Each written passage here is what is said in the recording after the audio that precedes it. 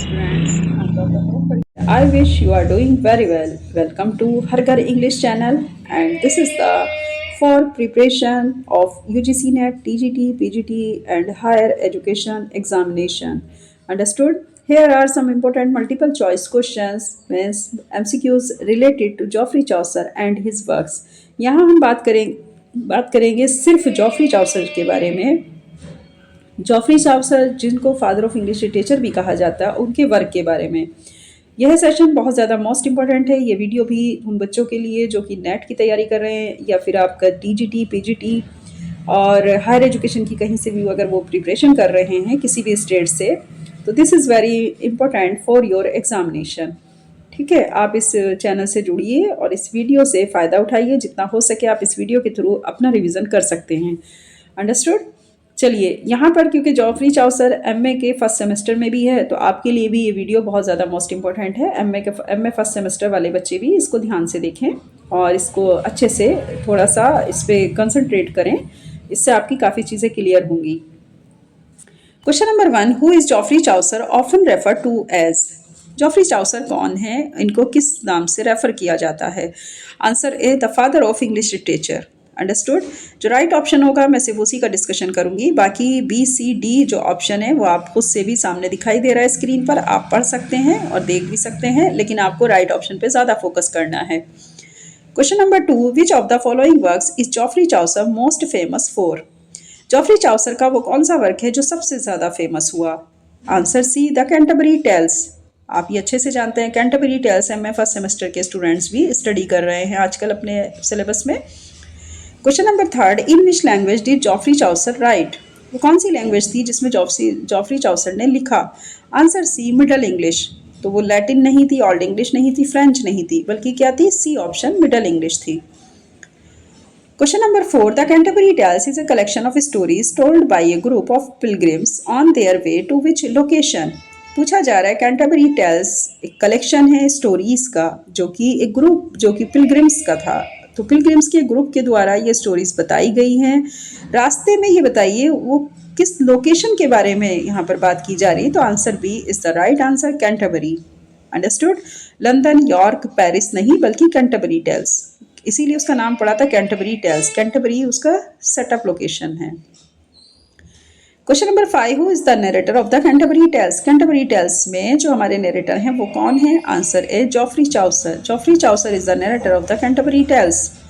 Question number 6, the partners tell is primarily concern with the theme of? Pardoner की जो कहानी थी उसने प्राइमरली किस थीम को कंसर्न किया था? आंसर बी, ग्रीड थीम थी उसकी। Question number 7, which character in the Canterbury Tales is described as a perfect knight? Perfect knight के रूप में कैंटरबरी टेल्स में किसको डिस्क्राइब किया गया? वो कौन सा कैरेक्टर था? Answer B is the right, the knight. Question number 8, the Canterbury Tales was written during which period of English history? Canterbury Tales जब लिखी गई तो उस समय वो कौन सा इंग्लिश हिस्ट्री का पीरियड था जिस दौरान इनको लिखा गया? Answer B is the medieval period of the English literature. Understood? Question number 9, which of the following characters in the Canterbury Tales is a corrupt church official? Canterbury Tales में corrupt church official किसको दिखाया गया? Answer B, the friar character था जिसको corrupt church official दिखाया गया। Question number 10, what is the poetic form used in the Canterbury Tales? What is the poetic form used in the Canterbury Tales? Answer C is the right answer, rhyme couples, poetic form used in the Canterbury Tales. Question number 11, which pilgrimage is the setting for the Canterbury Tales? Which pilgrimage is the setting for the Canterbury Tales? Canterbury Tales में वो कौन से pilgrims थे जिन्होंने की setting अपनी location दिखाई? तो वो थे पिलग्रिमेज टू कैंटरबरी। तो जाहिर सी बात है कैंटरबरी सेटअप किया गया था कैंटरबरी टेल्स के लिए, तो पिलग्रिमेज भी कहाँ के हैं? कैंटरबरी के ही हैं। Question number 12, who was the reigning monarch during the time Geoffrey Chaucer wrote the Canterbury Tales? Answer A is the right, King Richard II। मतलब उस समय कौन सा राजा था जिसका कि शासन या जो रूलिंग कर रहा था, जो कि उस समय रेगिंग मोनार्क था, वो उस दौरान जब जॉफ्री चाउसर ने कैंटरबरी टेल्स लिखी तो कौन से राजा का जो थी रूलिंग थी? वो थे king Richard II। Question number 13, which tale in the Canterbury Tales is a critic of the corruption within the church? Canterbury Tales में वो कौन सी कहानी है जो क्रिटिक करते हुए दिखाई देती है corruption within the church? वो कहानी है answer C, the friar's tale की। द फ्रायर्स टेल में ही उसने क्या दिखाया था? करप्शन ऑफ चर्च दिखाया था। Question number 14, Chaucer's The Canterbury Tales reflects which aspects of medieval society? Chaucer की द कैंटरबरी टेल्स पूरी तरह रिफ्लेक्ट करती है मिडवल सोसाइटी के पक्ष को, यानी उसके एस्पेक्ट को दिखा रही है। Answer C, the complexity of human nature. Human nature की कॉम्प्लेक्सिटी को दिखाया है चाउसर ने द कैंटरबरी टेल्स में। Question number 15, which of these characters from the Canterbury Tales is a woman who has had 5 husband? Canterbury Tales में वो महिला कौन थी जिसके 5 हस्बैंड हैं? तो answer A is the right option, the wife of Bath.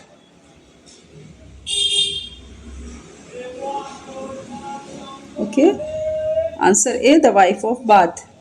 Question number 16, the term Canterbury Tales refers to? Canterbury Tales ये जो टर्म है ये किसको रेफर कर रही है? Answer A, the journey of A group of pilgrims. The journey of A group of pilgrims मतलब ये पिलग्रिम के ग्रुप की यात्रा को दिखा रही Canterbury Tales. Question number 17, which of the following best describe the tone of the Canterbury Tales? पूछा गया है सबसे बेस्ट डिस्क्रिप्शन जो थी स्टोरी टेलिंग में या किसकी टोन थी कैंटरबरी टेल्स के अंदर, वो कौन व्यक्ति था जिसने बेस्ट डिस्क्रिप्शन दिया है टोन, अच्छी टोन में? तो वो है आपका आंसर बी, ह्यूमरस एंड सैटिरिकल। यानी जो सटायर किए गए, जो ह्यूमरस था वो बेस्ट डिस्क्रिप्शन टोन में हुआ है और ये कैंटरबरी टेल्स में दिखाया गया है। Question number 18, what is the name of the tower host who organises the story telling contest in the Canterbury Tales?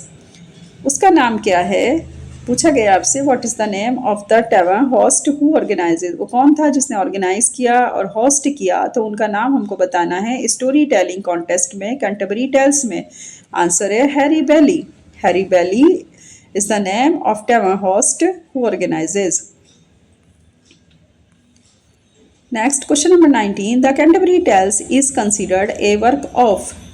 Canterbury Tales किसका वर्क है तो या किसके ऊपर बेस्ड वर्क है? The Canterbury Tales is considered a work of मतलब ये जो वर्क किया गया ये किसको कंसिडर करके कैंटरबरी टेल्स जो है लिखी थी जोफ्री चाउसर ने? तो answer C is the right answer, satire.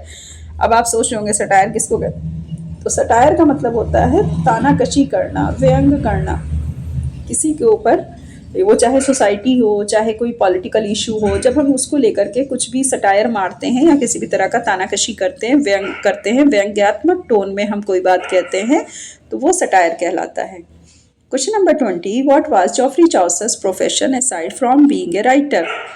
आप ये बताना है कि जोफ्री चाउसर का दूसरी तरफ प्रोफेशन क्या था एक राइटर होने के नाते, दूसरे और वो क्या थे? Answer C, diplomat and civil servant थे। समझ में आया? डिप्लोमेट एंड सिविल सर्वेंट मतलब अब वो जो था उस टाइम के जो किंग रिचर्ड सेकंड है उनकी रूलिंग के ड्यूरिंग द रूलिंग उसमें बहुत अच्छी पोस्ट पर थे और डिप्लोमेट और सिविल सर्वेंट थे। अंडरस्टूड? तो जोफ्री चाउसर का जो प्रोफेशन असाइड था फ्रॉम बीइंग ए राइटर वो ये भी था। These MCQs cover key themes, characters, aspects of Geoffrey Chaucer's life and works. ये 20 क्वेश्चंस मोस्ट इंपॉर्टेंट क्वेश्चन है for your any examination. Understood? इनको अगर आप अच्छे से पढ़ते हैं तो आपको एक चीज़ समझ में आएगी कि who was the Geoffrey Chaucer, Geoffrey Chaucer कौन थे। अंडरस्टूड? चलिए इसी के साथ अब मैं आपसे विदा लेती हूँ, लेकिन विदा होने से पहले मैं एक बात ज़रूर कहूँगी, आप इस चैनल को सपोर्ट करिए। आप ही लोगों का के लिए बनाया गया चैनल है, आप ही लोगों का चैनल है। अगर कोई और अच्छा सजेशन आप मुझे दे सकते हैं या किसी टॉपिक पे आप कोई वीडियो मुझसे बनवाना चाहते हैं तो विदाउट हेजिटेशन आप मुझे कमेंट्स में लिख कर दे सकते हैं कि मैम हमको ये टॉपिक पे आप वीडियो बना दीजिए या इस टॉपिक को हमें नहीं मिल पा रहा है कहीं पर भी, तो मैं उसको पूरी कोशिश करूँगी अच्छे से बना करके आप लोगों के सामने उसको डिस्क्राइब कर सकूं अच्छे से और आप लोग उस टॉपिक को समझ सकें। Okay, that's good. ओके, अब हम चलते हैं, आपसे विदा लेते हैं, नेक्स्ट वीडियो में फिर मिलेंगे।